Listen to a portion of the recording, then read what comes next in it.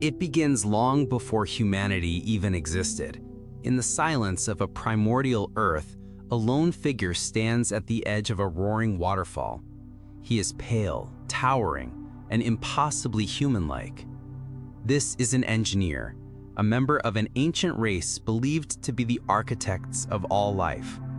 The figure drinks a strange black liquid that burns through his body, dissolving flesh and bone until he collapses into the rushing waters below. As his body breaks apart, his DNA spreads through the currents, seeding the planet with the building blocks of life. Creation through sacrifice. This is the first clue that life on Earth did not emerge by chance, but by design. Thousands of years later, in the year 2089, two archaeologists, Elizabeth Shaw and Charlie Holloway, uncover a pattern that has echoed through human history. Carvings, cave paintings, and star maps from multiple ancient civilizations all point to the same constellation far beyond Earth.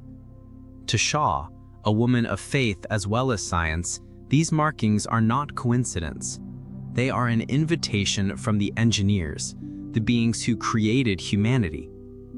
Convinced they have uncovered the truth of human origins, Shaw and Holloway secure the support of the powerful Wayland Corporation to fund a mission across the stars.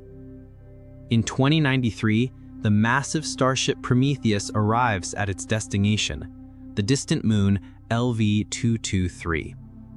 Aboard the vessel is a diverse crew of scientists, mercenaries, and explorers, led by Meredith Wickers, a cold and calculating Wayland executive whose motives are far from transparent. Among them is David, an android whose calm voice and perfect manners conceal a disturbing curiosity. While the human crew emerges from hypersleep with excitement and fear, David has been awake the entire journey, learning languages, studying, and quietly preparing. His loyalty is not to Shaw or Holloway, but to a hidden agenda from his corporate masters. On the surface of LV-223, the crew discovers something astonishing: a massive artificial structure buried in the barren landscape. Its walls are lined with alien carvings, and its halls filled with urn-like containers exuding a dark, oily substance. Deeper inside, they find a preserved, headless corpse of an engineer, evidence that these beings not only existed, but walked here centuries ago. To Shaw and Holloway, this discovery is proof of their theories, but they fail to see the warning in the silence. This place was not a temple of creation, it was a vault of destruction. Curiosity leads to disaster. David, acting on secret instructions, experiments with the black liquid. Without Shaw's knowledge, he slips a single drop into Holloway's drink.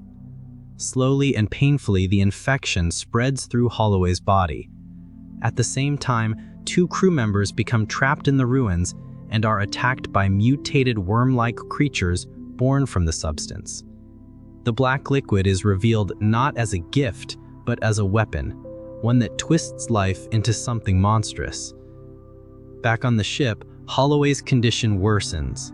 His skin burns, his veins darken, his humanity slipping away.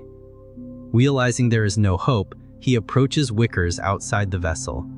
Without hesitation, she burns him alive with a flamethrower, as Shaw screams in horror. But Shaw soon faces an even greater nightmare. Despite being infertile, she discovers she is pregnant, carrying an alien creature conceived during Holloway's infection. In a desperate and gruesome act, she performs an automated surgical procedure on herself, cutting open her own body to extract the rapidly growing organism. She barely survives as the grotesque creature thrashes to life. Meanwhile, the true nature of the mission begins to unravel. Peter Wayland, the elderly founder of the Wayland Corporation, has been secretly aboard Prometheus in stasis. His goal is not discovery, but immortality. He believes the engineers hold the secret to prolonging life and demands to meet them face to face. With David as his guide, Wayland awakens a surviving engineer who has been in cryosleep for centuries. But instead of offering wisdom, the engineer reacts with fury. He kills Wayland and his guards without mercy, viewing humanity not as children, but as an abomination to be wiped away. Shaw escapes the slaughter and pieces together the horrifying truth. The engineers did not summon humanity. They had built this outpost as a military base, and the black liquid was a weapon designed to eradicate Earth. The maps humanity had mistaken for an invitation were not a greeting, but a warning of where the executioners lived. The surviving engineer prepares to launch his ship and complete the ancient mission.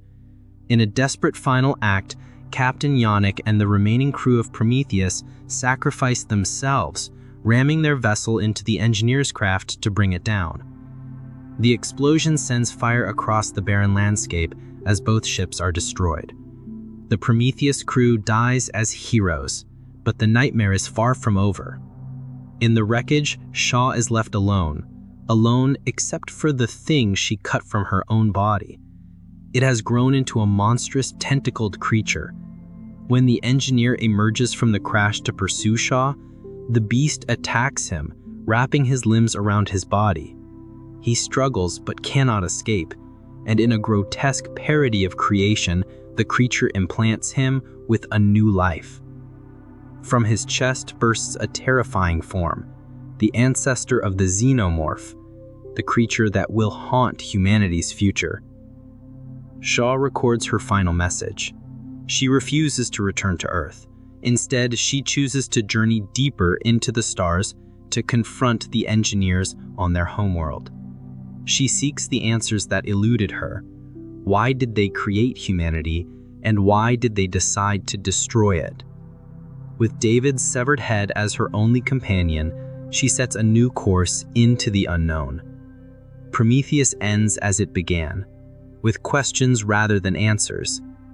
Questions about the origins of humanity, the nature of creation, and the terrifying truth that those who made us may see us nothing more than a failed experiment.